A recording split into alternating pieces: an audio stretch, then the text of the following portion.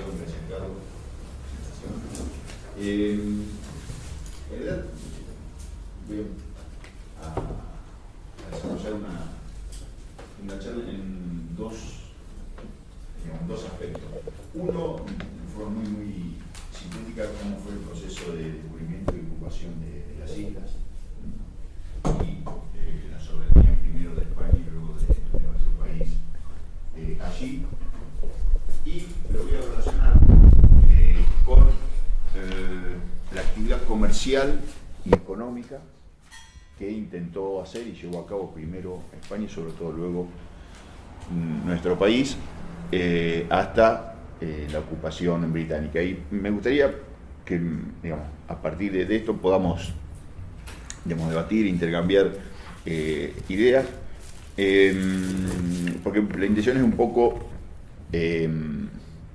digamos, relacionar el tema soberanía con ocupación efectiva del territorio, colonización y actividad comercial y económica. Bueno, viendo en perspectiva la cuestión. Bueno, no existen coincidencias sobre quién fue el descubridor de las islas, ¿no? Si lo hizo el portugués al servicio de España Esteban Gómez en 1520 o los ingleses John Davis en 1552 o Richard Hawkins en 1594. Lo cierto es que las informaciones más seguras y documentadas señalan al holandés Sebald de Weert como el real descubridor hacia el año 1600 de las islas, ¿no? De allí que comenzó a denominarse las Sebaldinas. Aunque el reconocimiento no fue seguido por ningún acto de toma de posesión por parte del navegante. Casi un siglo después, en 1690, el capitán inglés John Strong, arrojado por un temporal, identificó las islas y franqueó el estrecho que separa las dos más grandes islas, ¿no? El estrecho de San Carlos, al que llamó Falkland Sound, nombre que con el tiempo, y según el historiador Callebois, los británicos se extendieron a todo el archipiélago, ¿no? O sea, dos principales islas son la isla Gran Malvina, de la parte occidental, digamos, y oriental, la Soledad. Y los ingleses fueron a la Gran Malvina, la Gran Malvina. Ya en el siglo XVIII se fue consolidando el derecho internacional marítimo y de extensión de los estados, que concluyó por aceptar como condición necesaria para ocupar un territorio dos premisas: que el mismo no forme parte de ningún otro estado y una toma de posesión efectiva, real, del territorio. Bueno, digamos, luego hay un conflicto entre España y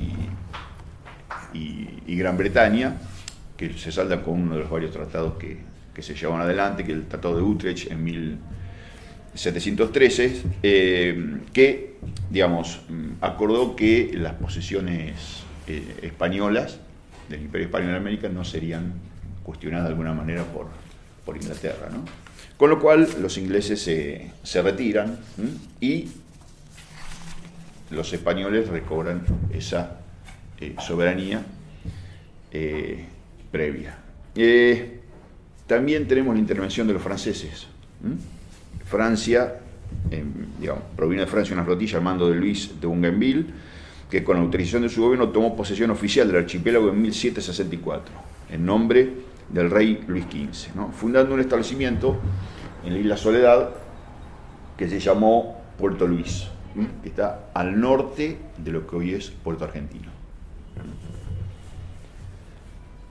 noroeste, digamos, y que pobló con unas 150 personas. Pero ante los reclamos españoles, en ese momento ambos países eran aliados, Francia reconoció la soberanía hispana sobre las islas y las abandonó en 1767 a cambio de una indemnización. Los ingleses, a su vez, también desembarcaron en la otra isla, en la que mencioné anteriormente, la Gran Malvina, y crearon un pequeño establecimiento que llamó Puerto Egmont, que luego también por una protesta española abandonan. Lo cierto es que, digamos, la posesión efectiva de España en las islas es a partir de 1767 e ininterrumpida hasta 1811. Ese Puerto Luis los españoles cambian el nombre, le ponen Puerto Soledad. Y esta ocupación efectiva con una población escasa se le sumó al que se creó en las islas un presidio, síntoma inequívoco de soberanía. Es un presidio español. No es un presidio como una cárcel, sino que la isla acogía a los presidiarios, a los condenados. Fundamentalmente criaban ganado. Hay alguna cifra, a ver si tengo de presidiarios por acá, eran muy pocos, no llegaban al medio centenar. En 1796 eran 26, en 1805 21 y en 1808 14, que convivían con el resto de la población también escasa. Perdón, sí. La última fecha que dijo es 1808, 14 presidiarios. Y perdón, vos hablaste del origen, era 1780 más o menos. 1767. Ya, y ahí está el presidio. A partir de ahí estaba la ocupación española y luego viene el presidio. El presidio Posterior a eso. sí. Porque en realidad no es presidio, insisto, como tal, sí. sino que se destinaba a sí. Llevaban condenados al puerto. Condenado, porque también hubo intento de fuga. Porque también hay que tener en cuenta que eran visitadas las islas por buques, por barcos, fundamentalmente que se dedicaban a la caza de lobos marinos y a la pesca. Sobre todo norteamericanos e ingleses. Ahí tengo alguna cifra también, bueno, la adelanto, ya en época independiente. En 1827 22 barcos pasaron por allí, en 1828 11, en 1829 16, de los cuales 9 eran loberos, en 1830 23, de los cuales 14 eran loberos y eran fundamentalmente británicos y norteamericanos.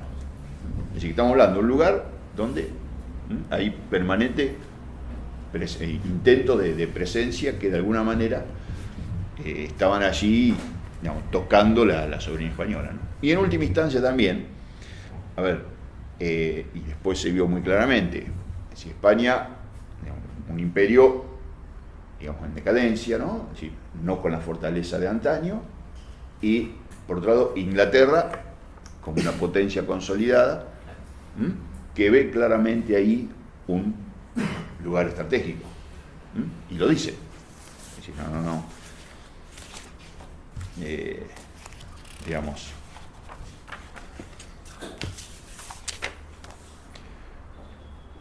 dice, leo lo que se señala desde la propia España, corona española. La ocupación de aquel territorio es un gravamen de la corona, como lo son otros a trueque de que no los tengan nuestros enemigos, que desde allí lograrían un punto fijo de apoyo y de descanso para establecerse en la cercanía del Estrecho de Magallanes, invadir nuestros establecimientos y montar con facilidad el Cabo de Oro. Los españoles ven a los británicos, no se equivocaban tampoco.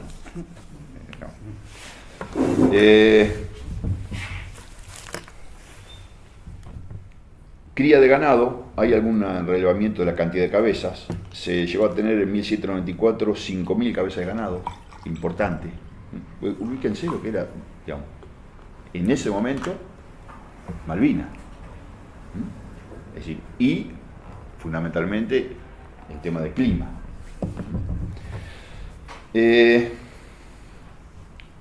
La posesión efectiva española está hasta 1811, cuando a partir de ahí nuestro país, lo que hoy es la Argentina, logra su independencia de España.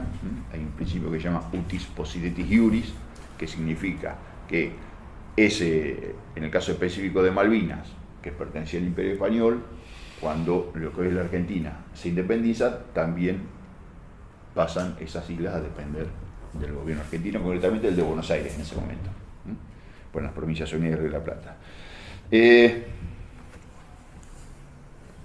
hacia 1820 toma posesión en las Provincias Unidas, es un capitán inglés al servicio de nuestro país, David Hewitt, que toma posesión de Puerto Soledad en nombre de las Provincias Unidas. Después, en 1821, hay una ley que reglamenta la pesca para los buques extranjeros, ¿no? Digamos, también es un intento de marcar soberanía, ¿no? Decir, bueno, nosotros ponemos estas condiciones. Después, por supuesto, estaban los barcos, ¿no?, que respetaban muy poco esto. Pero bueno, está la intención de decir esto es nuestro. Y después viene el tema, y esto ya es la segunda parte y lo relaciono, es que en 1826 el gobierno de Buenos Aires le permite a un comerciante alemán de nacimiento, aunque de ascendencia francesa, Louis Bernet, permiso para explotar ganado en las islas, le otorga una extensión territorial, poblarla y también llevar adelante una actividad productiva.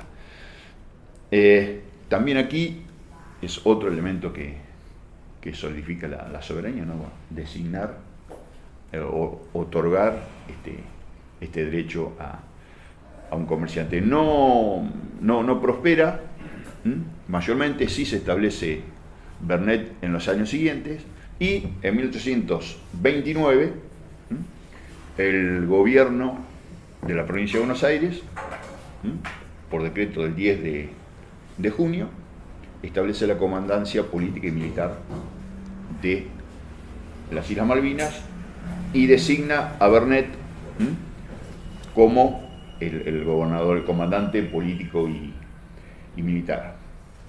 Obsérvese esta cuestión: es una comandancia política y militar, y quien se designa es un comerciante.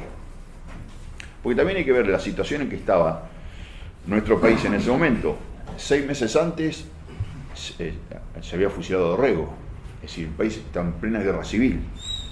Y además siempre existió, digamos, debilidad frente a las potencias extranjeras para llevar adelante emprendimientos. Entonces siempre hay, digamos, una intención de realizar actos jurídicos que digamos, solidifique la soberanía, y en la medida de lo posible el tema de poblarla, ¿no? Es que no solamente quede en los papeles. Y ahí está siempre el litigio con las potencias extranjeras y con los buques de estas potencias, ¿no?, que es una forma de adelantarse a lo que luego vendría, ¿no? Voy a ver la proclama de Bernet cuando se hace cargo, ¿no? Dice: el comandante político y militar nombrado por el Superior Gobierno de Buenos Aires, en conformidad con el decreto 10 de junio que acaba de hacerlo público, ha elegido este día aniversario de Santa Rosa de Lima, patrona de América, se trata del 30 de agosto del 29, ¿no?, y en Malvinas lo hace, y para ejercer de nuevo un acto formal de dominio que tiene la República de Buenos Aires sobre estas Islas Malvinas, las de Tierra del Fuego y sus adyacencias y demás territorios, desde donde acaba el de la comandancia de Patagones hasta el Cabo de Hornos. Y al efecto enarbolado en este día el pabellón de la República, saludándolo en la mejor forma que permite el naciente estado de esta población.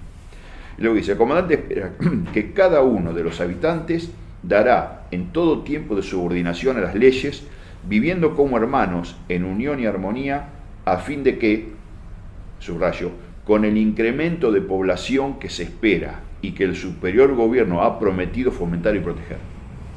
Población. Nazca en su territorio austral una población que haga honor a la República, cuyo dominio reconocemos. Viva la patria, ¿no? Está bien. Sí. Perdón. Dijo República de Buenos Aires. Sí, se mencionó, no es todavía la República Argentina, se lo llamo así, es la provincia de lo que sería la provincia de Buenos Aires. Eran las provincias unidas del Río de la Plata, todavía no era la República Argentina.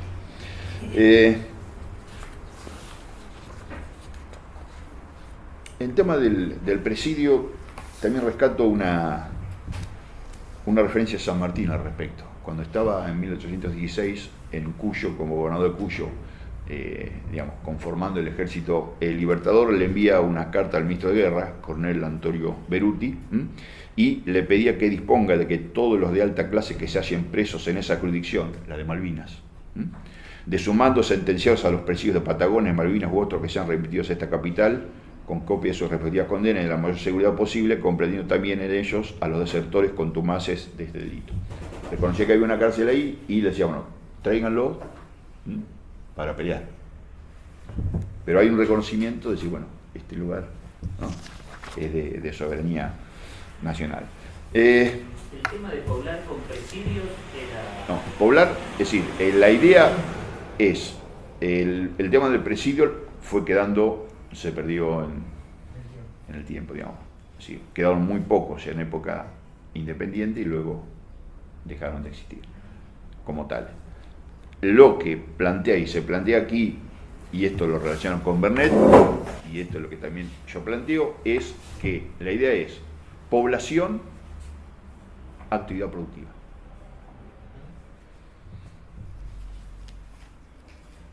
¿Qué actividad productiva? Pesca, caza de lobos marinos, ganadería. Fundamentalmente eso. Pero la idea de poblar y decir, bueno, esto es nuestro, pero también lo poblamos. También destaco las condiciones difíciles, dificilísimas de la época. Ubíquense en el momento, ¿no? Bernet. Luis Bernet nació en Hamburgo en 1791, de una familia de comerciantes. Él era de origen francés. El padre comerciaba tabaco y té. De joven va a los Estados Unidos, a una empresa alemana también de comercio, luego va a Río de Janeiro y finalmente llega hacia nuestro país en 1819. Era un hombre muy preparado, hablaba 4 idiomas y era un hábil comerciante, no hay duda, ¿no? Y ve esta posibilidad, bueno, de expandir sus negocios a Malvinas. Y el gobierno le permite, insisto, digamos, le da curso a estos pedidos. Repito también, él es un comerciante y es designado comandante militar, sin ser militar. Entonces, ahí, digamos, lo que hace el gobierno es decir, bueno, yo te designo, pero en realidad tu tarea principal es la actividad comercial, porque para eso está. Y además, al nombrarte y crear una comandancia, estoy ejerciendo soberanía. Esa es un poco la idea.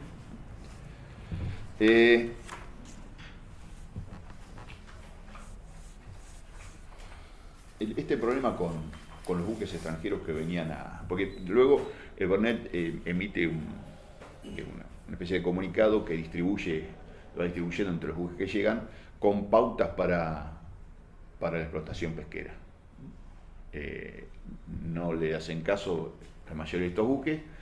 En algún momento digamos, captura a buques norteamericanos y como represalia, a fines de 1831, una fragata Lexington viene y destruye prácticamente lo que es Puerto Luis, Puerto Soledad. Por eso disminuyó la cantidad de población. La esposa de Bernet, María Sáez, que era oriental de nacimiento, fue con Bernet allí, estuvo unos meses y escribió un diario. Lo escribió en el segundo semestre de 1829. Y es muy interesante porque habla de la actividad productiva, del comercio y de la vida cotidiana de los que estaban allí. Una colonia que, según ella, eran de 80 personas fijas y otro tanto podemos calcular de los que llegaban a comerciar, estaban un tiempo y luego se iban. Es decir, poca población. Poca. Pero bueno, insisto, ubiquémonos en la época. Es interesante, el diario, cada comienzo del día, ella habla del clima, ¿no? A veces ventoso, a veces frío, nublado, soleado, etc. En su diario habla de la toma de posesión del marido. Un poco repite lo que se dijo aquí, pero me interesa señalar lo siguiente. Puse a cada uno de los que estaban allí en la proclama el sombrero con cinta de 2 colores que distingue nuestra bandera.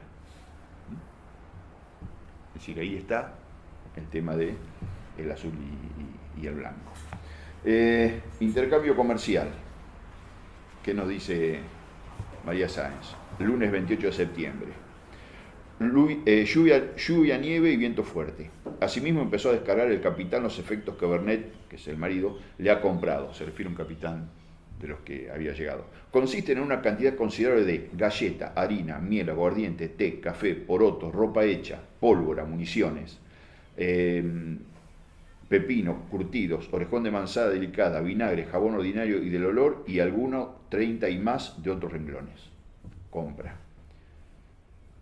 Que venden cueros y carne. Cueros y carne. O sea, hay un intercambio comercial.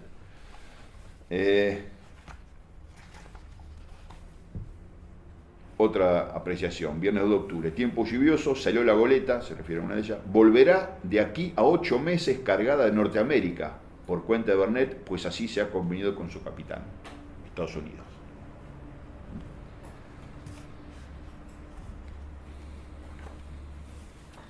Otra referencia, lunes 23 de noviembre, Bernet está en trato con el capitán sobre fletar la goleta para mandarla al Brasil con cargamento de pescados de cuero y carne salada. Brasil. Y obviamente Buenos Aires. Hay un casamiento allí. Tal vez el primer casamiento civil ¿no? Porque los únicos casamientos eran religiosos en esa época. Dice, domingo 25 de octubre, dice, buen tiempo, a las 11 de la mañana se celebró el casamiento de Antonio y Marta. Se juraron eterna fidelidad ante 4 testigos y de los padrinos que fueron la ama y uno de los peones. Firmaron la contrata y se convinieron en formalizarlos por iglesia o que fueron a Buenos Aires y los padrinos le dieron convite y baila la noche. También el tema, bueno, obvio de quienes fallecían, ¿no? Martes 10 de noviembre, continúa el buen tiempo. A las 5 de la mañana murió uno de nuestros criados ladinos, padecía de gota. Ha sido sentido por todos y más por sus paisanos. No han cesado de llorar todo el día y de modo que me ha sido extraño. Se reunían formando círculos a dar voces y sollozos. Fue acompañado al cementerio por 15 de los otros negros y algunos blancos, porque había afrodescendientes haciendo tareas con ellos. Y obviamente niños también.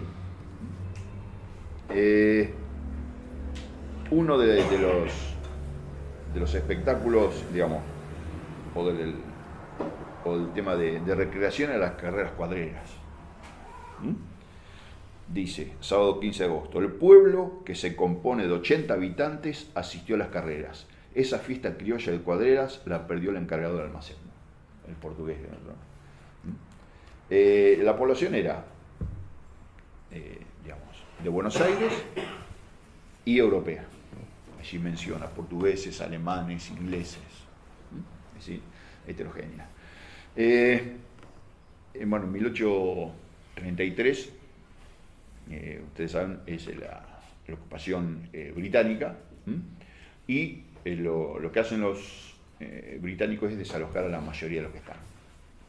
Dejan algunos solamente y ocupan el territorio. Y ahí termina, digamos, la experiencia de Bernet. Después hay otro episodio, bueno, que en todo caso después se puede charlar, que es el Gaucho Rivero, ¿no? que es una sublevación que se produce ya con ocupación británica, donde hay distintas miradas, ¿no? Pero bueno, quiero plantear esto digamos, de lo que significó el tema soberanía y los actos jurídicos y el tema de poblamiento y la necesidad de ocuparlo. Obviamente no podemos saber qué hubiese pasado sin la ocupación británica, pero digamos, sí quiero remarcar esta, digamos, muy clara mirada desde Buenos Aires de que el lugar debía poblarse, ¿no? Es decir, no podía haber, digamos, soberanía desligado de la población y de una actividad productiva. Y en ese sentido Bernet, digamos, bueno, la historia lo puso justo ahí, ¿no? Y cumplió su tarea, ¿no?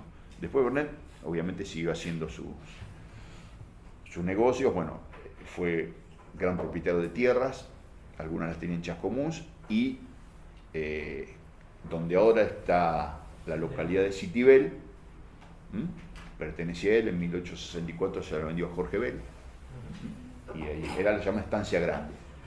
Estancia Chica en Abasto está, ¿no? Pero digo, digamos, ese lugar donde está dirigido Citibel era de Bernet.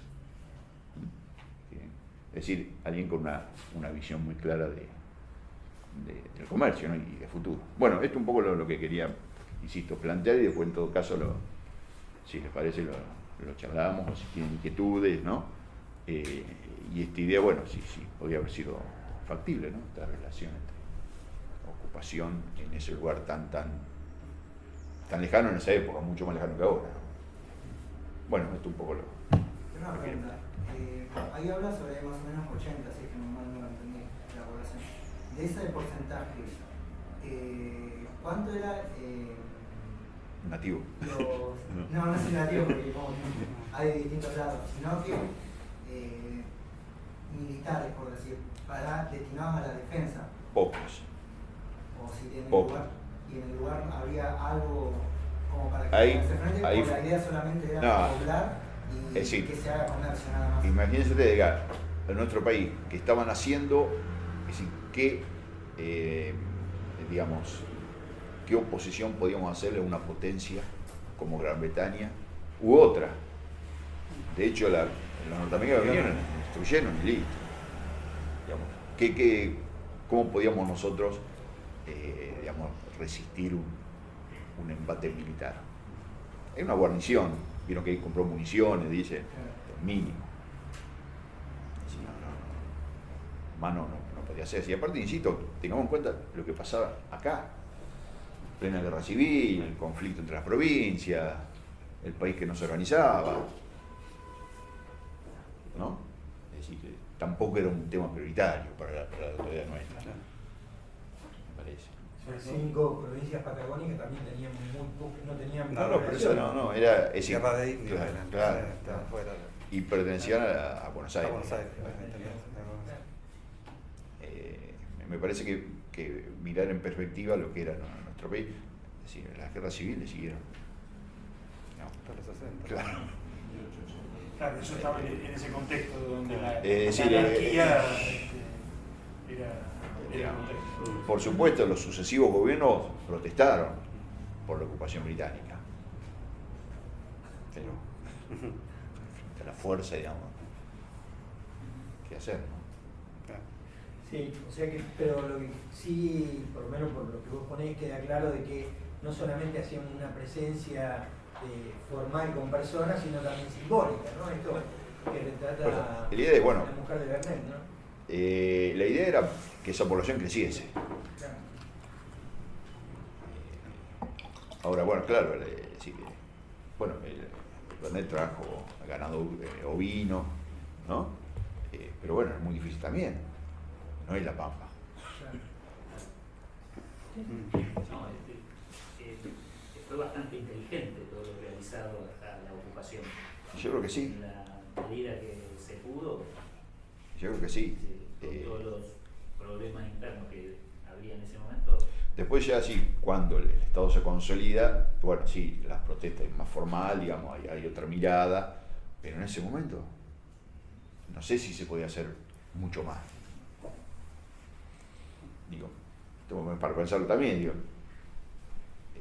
La idea me parece que era correcta. Sí, cuanto más población nuestra hay allí. Claro.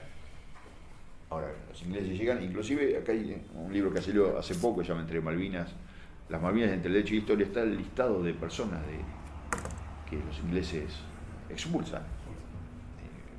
Hombres, mujeres, niños. ¿A dónde los expulsan? A Buenos Aires. Ah, Buenos Aires. Está el listado de Sí, las sí. personas Sí. que estaban en el momento de Sí. la ocupación. Sí. Mira. Acá. ¿Y cuánta gente había en el momento? Y era un poco más de 50. Ajá. Era menor que la que dice la esposa de Bernet porque había pasado... No, pero más muchos quedaron. Algunos quedaron, Por eso, algunos quedaron, por eso sí. no le da el número. Sí. Las 2/3 partes se Porque llevan. he leído de algún historiador que eran apenas 15, evidentemente no. No.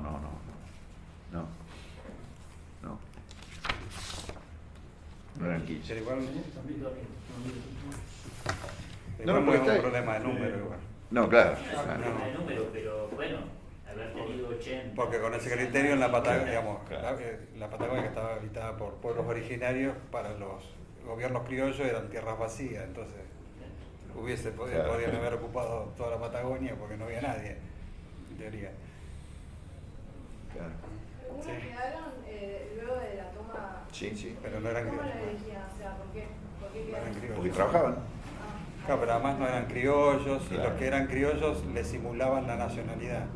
Los hacían figurar como españoles, chilenos, porque los ingleses tuvieron claro, porque además hay un periodo, creo que hasta entrados los años 40 del siglo XIX, en donde las islas quedaron, digamos, Sí. sin ningún tipo de actividad. Recién a partir de 1843-44 repoblaron las islas con británicos, si los kelpers aparecen ahí. Y crean ahí Claro. puerto Y estándar. dejaron vacío, porque lo que pasa es que lo marcó Claudio claramente, ahí el problema es un problema de naturaleza estratégica que Gran Bretaña tiene, que tiene que ver con el control del pasaje bioceánico. De hecho, las islas van a vivir en el siglo XIX en gran medida Claro. por el transporte de población de los Estados Unidos entre la costa este y oeste, cuando todavía no estaba el canal de Panamá y no estaba el tren que unía las dos costas. Convenía venir hasta acá, dar la vuelta y llegar a California, ¿sí? Desde la costa este. ¿Sí? Y de hecho, gran parte de los ingresos de las islas tiene que ver con el pago del atraque de los buques. Sí. Y obviamente los ingleses tenían clara esa cuestión estratégica. Y también Australia se estaba poblando. Claro. Y vos ves que la mayoría de los que van van a esos destinos. Yo escuché que se decía que desde la parte de ingleses querían establecer una colonia de la Patagonia con capital en lo que es Malvinas, ¿no? Claro, ¿no? Como si fuese Australia. Bueno, supongo que planes en un país colonialista habría un montón, ¿no? Pero me parece que lo que señala Alejandro, el tema estratégico estaba ahí. Y los ingleses tenían en distintos puntos del globo, ¿no? Desde Hong Kong. Sí, además se medían muy bien, porque ellos también tenían claro que la colonización era costosa. Entonces en algunos puntos sabían que bastaba tener un enclave y con eso era suficiente. De hecho, en África del Sur pasó eso. Primero estaban solo en el África del Sur. Se expandieron hacia las colonias de los holandeses cuando descubrieron que había diamantes en ese lugar, diamante y oro. Si no, no se hubiesen movido de ahí. En eso eran, digamos, obviamente eran pragmáticos y tenían percepción clara, digamos, de no utilizar recursos de más. Inclusive la población de Malvinas antes de la guerra no superan los 2.000 habitantes. Claro. ¿no? O sea, No, y de hecho nunca estaba en tuvo- decadencia Claro. hasta Sí, la nunca. guerra. Con lo cual, Varían entre 1800 y 2400. Hay Poquísimo. un poco lo que plantea Cohen, digamos, como antecedente a este libro, es porque hace muy poco los británicos, los que mandaron historiadores a hacer como una nueva historia de Malvinas. Y lo que plantean es que en realidad dicen ellos que en 1833 no hubo una ocupación violenta ni una expulsión, sino que hubo, algunos se quedaron porque querían quedarse y otros se fueron y que había muy pocos habitantes. Entonces, ahí lo que hacen es plantear el tema de que, bueno, lo que ellos sostienen es que no hubo ocupación violenta, y esto es lo que siempre nosotros hemos sostenido, y es por lo cual se ocupa Cohen de contestar ese punto.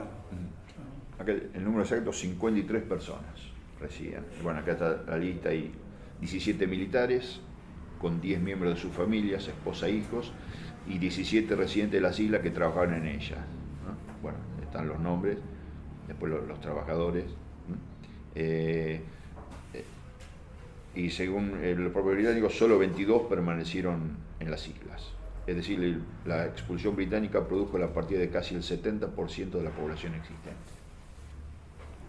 Sí, y aparte está el antecedente claro de la Lexington en 1831, que es la Claro, expulsión de Puerto Soledad. Exacto. Sí, puede ser que hacia 1833 hubiese quedado poca voluntad de seguir estando ahí, pero lo cierto es que había habido un ataque un ataque norteamericano, Sí. digamos, por orden y cuenta de Gran Bretaña. Pero está relacionado con lo que yo decía sobre el tema del comercio. También había gente afincada ahí que trabajaba ya ahí y que bueno, que como que no estaba muy claro todo ese asunto. Y quedaban ahí para seguir trabajando. Sí. El caso de Antonia Rocha, que sigue trabajando ahí y que después le cambian la nacionalidad. Pero bueno, gente que quedó trabajando.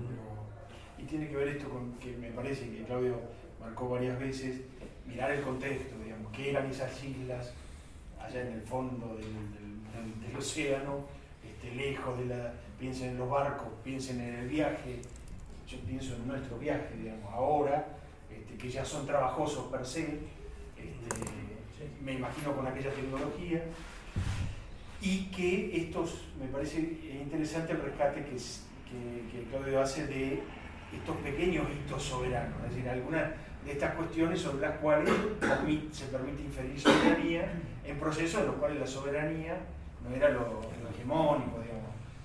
Había una intencionalidad, pero había un estado de formación, esto que decía República de Buenos Aires, sí, claro. El decreto sobre Bernet de Martín Rodríguez, claro, sí. que era el gobernador de la provincia de Buenos Aires. Pero bueno, digo, para pasarlo a Alejandro, estamos ahí, estamos en la ocupación, en la ocupación británica de 1833, y el país armándose, el país organizándose, empezando a pensarse como un país independiente, con alguna, me parece interesante el énfasis en esto de marcar la comercialización, digamos, qué comprábamos y qué podíamos vender, cuero y carne, ¿no? Y a Brasil, pescado, ¿no?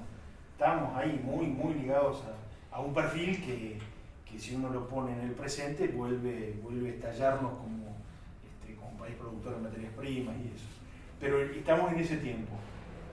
Alejandro trabajó en este libro que les mencionaba, haciendo un salto temporal, trabajó desde 1945 hasta 2012, ese fue el tiempo. Bueno, habilitamos eso, digamos, Wow. que rescatar de ahí. Para que no quede el bache tan profundo.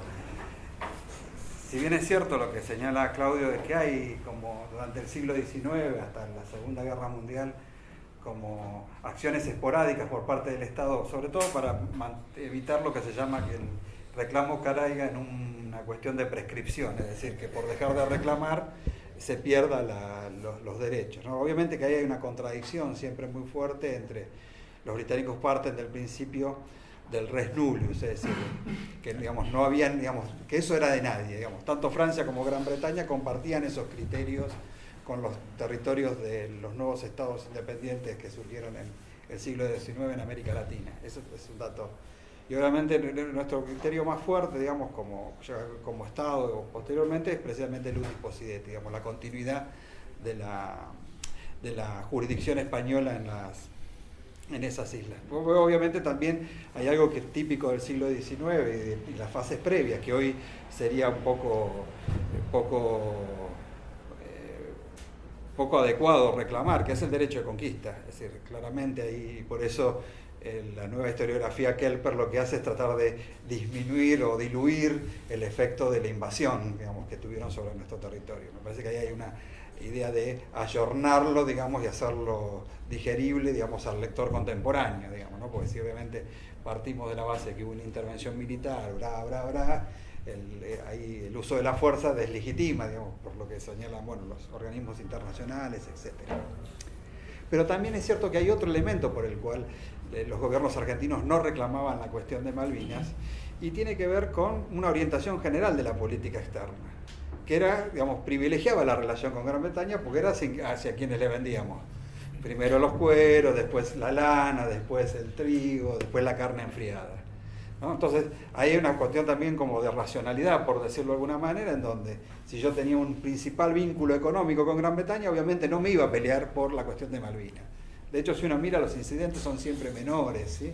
Son producto de notas. De hecho, hay hay un momento, yo no me acuerdo bien, si creo que es en el 80, en 1880 o 1890, que es el incidente de la que se llamó la guerra de la estampilla, y que tiene que ver con el hecho que la Argentina emitió una estampilla con las islas incorporadas, y eso causó un malestar en la delegación británica que protestó ante el gobierno, ¿sí? Entonces, vemos que el tipo de reclamación era muy bajo, porque claro, la principal vinculación que la Argentina tenía en ese entonces con el mundo venía a partir de reforzar la relación comercial con Gran Bretaña. Lo cierto es que a medida que esa relación se fue debilitando, digamos, porque va cambiando el mundo, va cambiando la Argentina, empiezan a aparecer otras formas, digamos, de protesta por parte de la Argentina o de establecer reservas.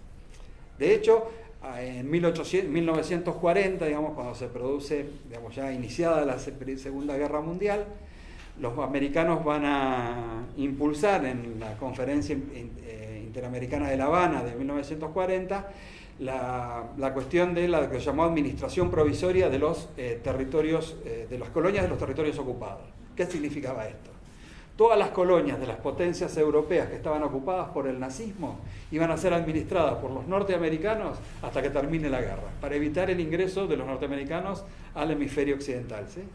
Allí la Argentina va a ser una reserva, es decir, lo que va a señalar, digamos, la delegación argentina va a decir, si Gran Bretaña cae bajo poder nazi, ¿sí?, alemán, nosotros nos reservamos la administración de las Islas Malvinas porque existe un conflicto con respecto a la soberanía de las islas. Esa es la primera vez que la Argentina maneja una discusión, la discusión de Malvinas, fuera del plano bilateral, Después, una vez terminada la Segunda Guerra Mundial y cuando se crean la Carta de las Naciones Unidas, yo no recuerdo bien cuánto es la cantidad, pero creo que la Argentina va a ser algo así como 150, 170 reservas en los tratados internacionales que surgen a partir del Orden de San Francisco para evitar, digamos, meter la pata con respecto a la defensa de nuestros derechos soberanos en Malvinas. ¿Sí? Es decir, hay todo un despliegue, digamos, por parte de la diplomacia, ¿sí?, de crear instrumentos para fortalecer, por decirlo de alguna manera, nuestros derechos en la cuestión Malvinas. ¿Por qué? Porque podía haber principios generales de distintos instrumentos y organismos que se estaban creando que podían poner en contradicción los derechos argentinos, ¿sí? Entonces, ahí vemos que hay un activismo y que va cambiando, digamos, ese mayor activismo viene de la mano, como decíamos, de la menor relevancia de Gran Bretaña en nuestras relaciones.